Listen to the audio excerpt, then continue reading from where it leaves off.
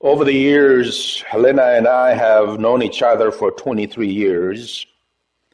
Um, so those 22 years of our marriage, we were very fortunate to be a host because I love to cook and she would like to invite her friends, faculty members to the house, and I would cook for them. And I would also cook for her students. The first day of the semester was at our house. And the last day of the semester was at our house. I would feed them and I would give them communion before the semester is over. But we have also hosted a lot of international students because during holidays, American students, they went home because the cafeteria is closed, right?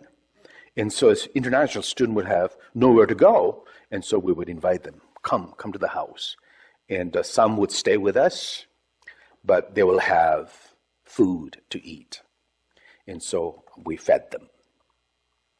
But especially with her faculty friends, it was a time of deep listening to one another and to hear what they are doing, what they're reading, where they went for seminar or conference, what they learned, or what are some of their new research projects they might have. So it was like, iron sharpening iron kind of gathering. Make sense?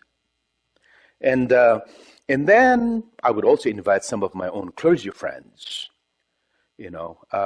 because ministry can be pretty lonely. It's a lonely task. It's a lonely job because everybody's busy. Superintendents are busy. Bishops are busy. They don't know what's going on. I hope they're not listening to me. But it happens. And so I would invite some of our clergy friends to come and eat as well. But among my clergy friends, there was one couple who would really come late almost every dinner. Sometime an hour or more. And so I would schedule our eating time according to their time, right? But this couple, after everybody's gone home, they are willing to stay behind, do the dishes and talk. And, they were willing to just be in fellowship, just enjoy the hospitality, right? In our very hypersensitive world, where we are impatient with one another, right? I could have labeled these people as something else, right? Some people, no matter what, they'll be late. No matter how you program it, they will be late. I don't know whether you're one of them or somebody, but there are people like that. And so we give them names. And sometimes those names could be pejorative. Right? And unknowingly, sometimes those kinds of names, nicknames, can pigeonhole some of those people. Does that make sense? And someday it may not be good for you or not good for them as well, right? Because you named it. And they have to figure out, how did I got this name? Right? So here's an example. We have been using and abusing this person's name for centuries. Whether it is Christian people or even secular people, They have used his name for centuries. Mr. Thomas. Mr. Doubting Thomas.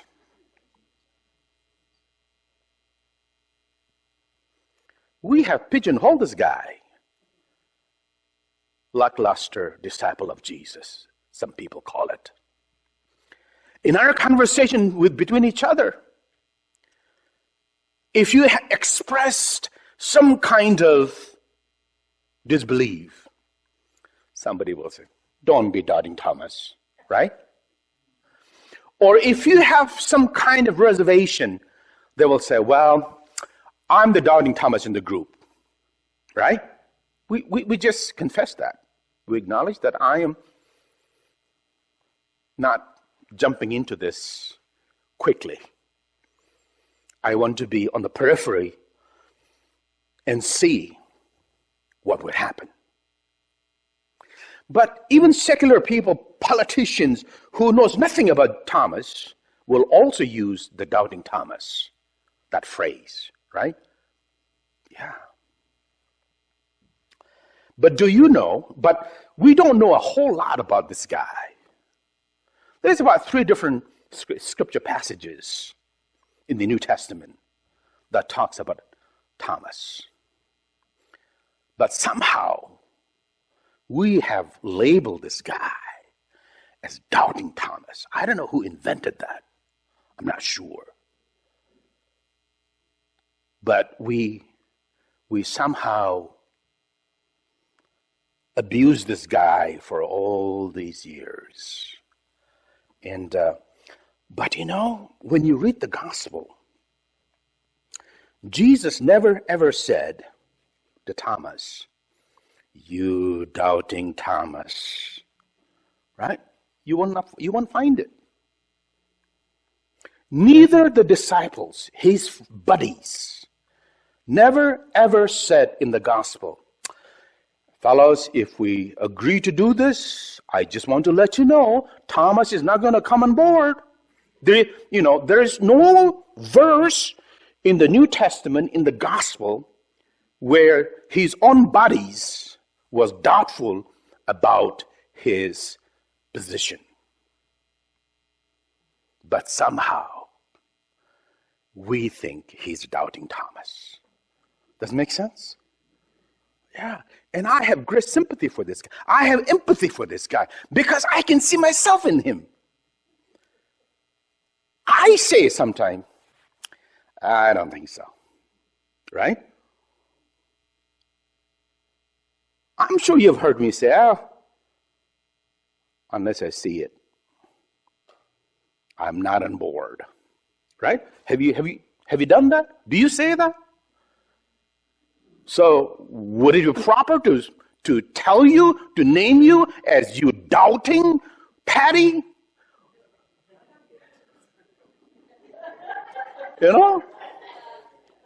Can we say you are a doubting Chito?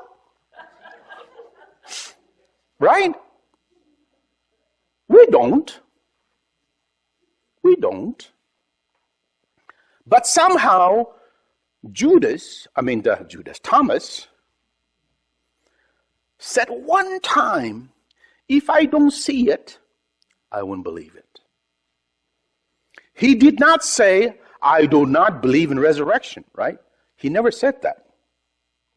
He just said, this is my opinion. I think everybody was there, but he was not. So when everybody said, we saw him, and he goes, maybe he was a little bothered. I said, I won't believe it until I see it. Right? Sometimes we do that, right? If somebody here at Sun City United Methodist Church met with one of the bestest person that has been gone for a long time and came to suddenly visit, and you all saw it, and then Soren wasn't there. And Soren says, I don't think so. He lives in Virginia down there, and I don't think he showed up. Unless I see him, I'm not going to believe. Right? We do that all the time, right? But We don't call Soren Mr. Doubting Thomas. Somehow, Thomas got stuck with this name, Doubting Thomas. And we've been abusing him for a long, long time. Yeah. So there are about 3 different passages, and I want to share that with you.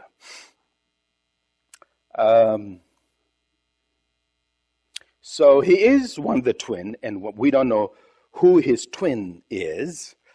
In Aramaic, it's called Theoma, but in Greek, it's the Didymus. Now you learned 2 different foreign languages today. And in John chapter 11, verse 16, Jesus wants to return back to Judea,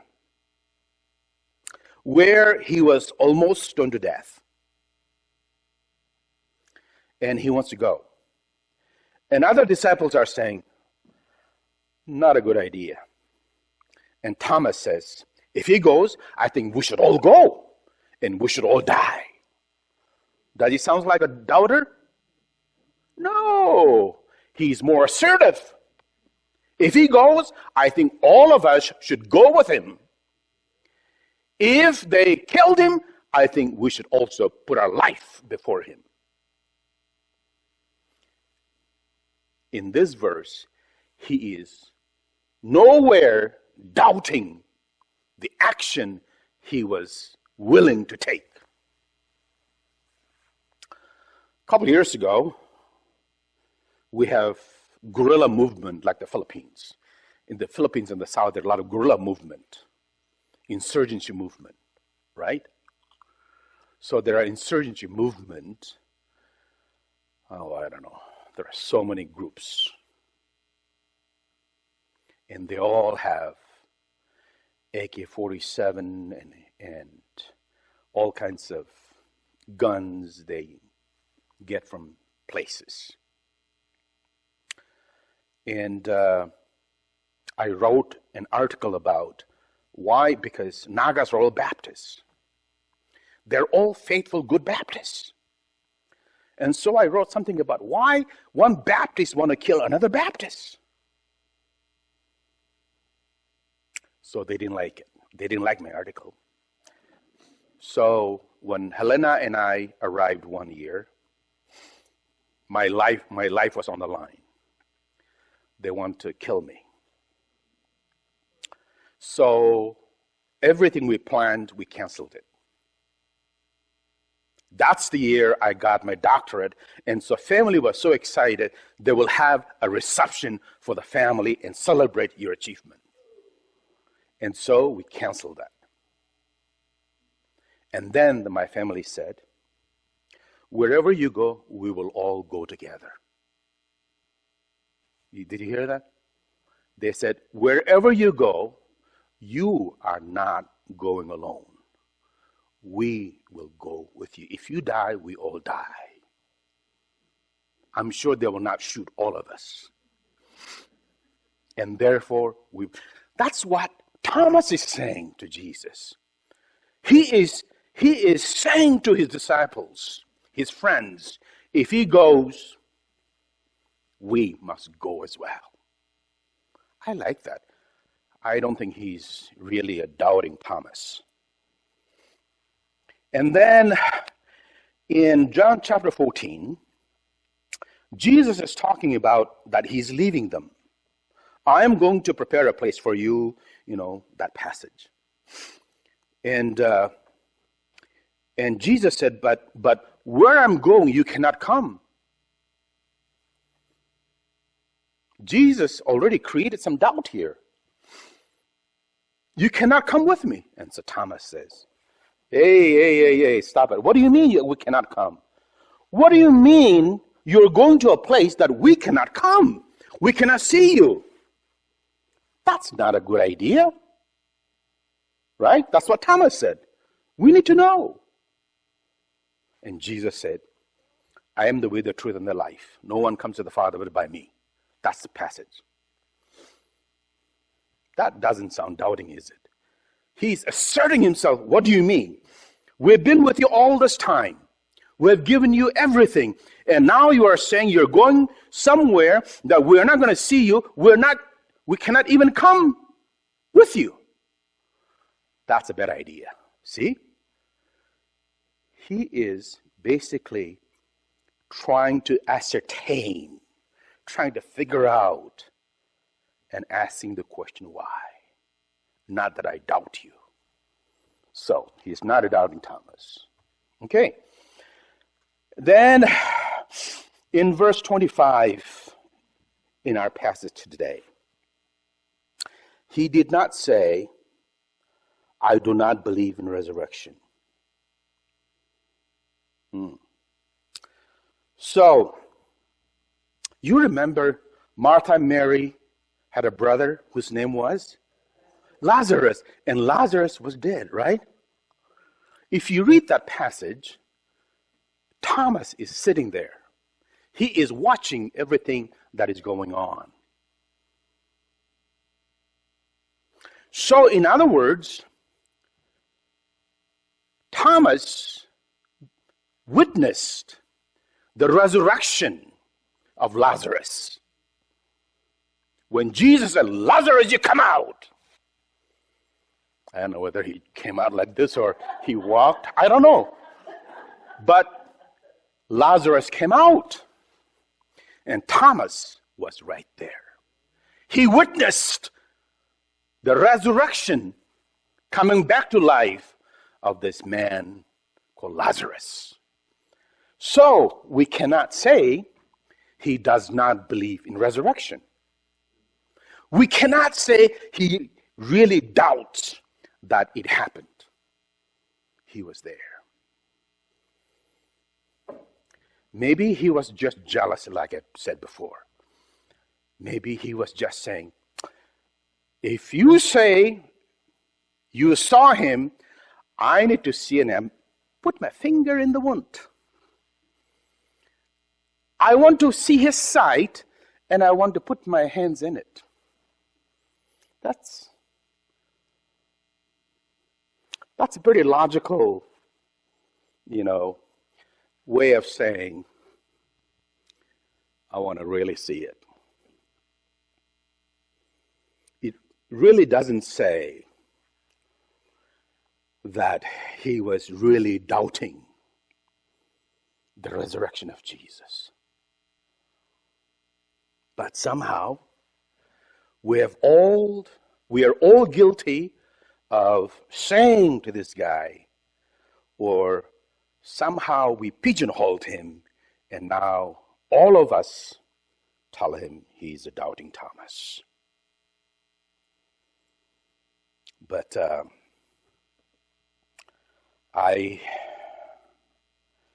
am in many ways, and I think you are too, sometimes we express like what he did.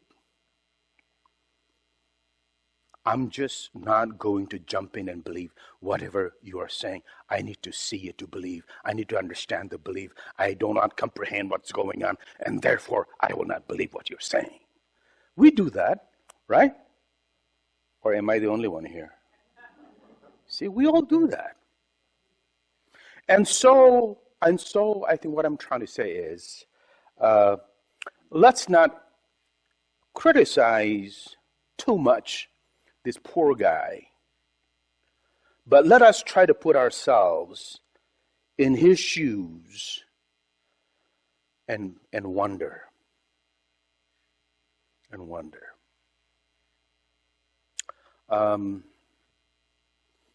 And then the second time when Jesus appeared, Thomas was there. And he was ever so ready to say, my God, my Lord. Right? He didn't say, is that really you? Is that really you? How did you come here? The door is closed. All the windows are closed. How did you come in? Are you sure? No. He right away said, my God, my Lord. He was ready to confess and to acknowledge the lordship of the Lord Jesus Christ. That's what it is. If we put ourselves in his shoes, we will be grateful for his life, because we only have 3 different verses to tell us who he is. And all 3 verses really don't say he was horrible. He just wanted to be sure. Yeah, he just wanted to be sure. And I think all of us are with him. All of us understands where he stood. And so let us be kind to one another. When it's time for us to confess, let us be so ready to say, I'm sorry, I did not follow it. I'm sorry, I did not understand. Because, remember last Sunday's gospel passage? Luke says, when Mary saw the tomb was disturbed, she went to Peter and the beloved to say, hey, I was there and the tombstone is disturbed. It is moved. If you read Luke's gospel, you will find that Luke is saying that those disciples didn't believe her.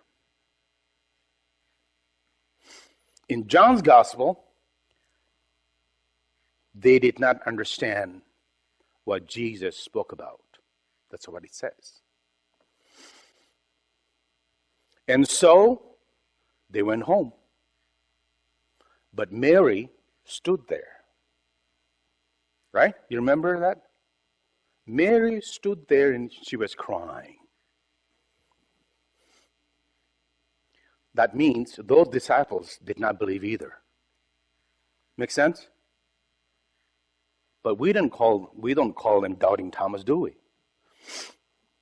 No. We don't call them doubting Thomas. You are all doubters. You are all like doubting Thomas. No, it doesn't say that. But we do. So, let us be kind to one another. Just one little story. Reverend Dr. Catherine Henman is a pastor of the United Methodist Church in Decatur, Georgia.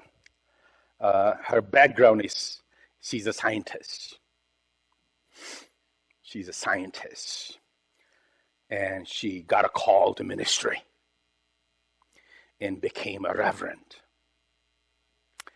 And for scientists, doubting is good. That is how they refined your aspirin. All kinds of therapies that we go through, medical people will agree with me. You know, in the scientific research world, you have to doubt. When you doubt, you're able to refine the medication that you and I take. Because every time it fails, it gets better. And so, even if you're doubting, you're not figuring out, you're not understanding it, don't give up. Don't give up. You know, doubting is good. Let it refine you, make you a better person. Let your faith go deeper and figure out, you know, yourself. Yeah, I get it. I can feel it in my gut and I get it. I now understand what you're talking about. So, if you're fearful, if you have doubts, if you have concern, that's okay. We are human. It's okay to do that.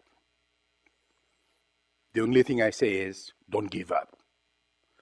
Giving up means throwing not just the bath water, but you're throwing out the towels as well. I don't know which one goes first. That is not the purpose of the sermon this morning. Purpose of the sermon is you need to stick with it. And when you find it, affirm it. Make it yours. Like a Thomas. My God, my Lord, I get it. That will do it for us. Okay? There ends my sermon for today.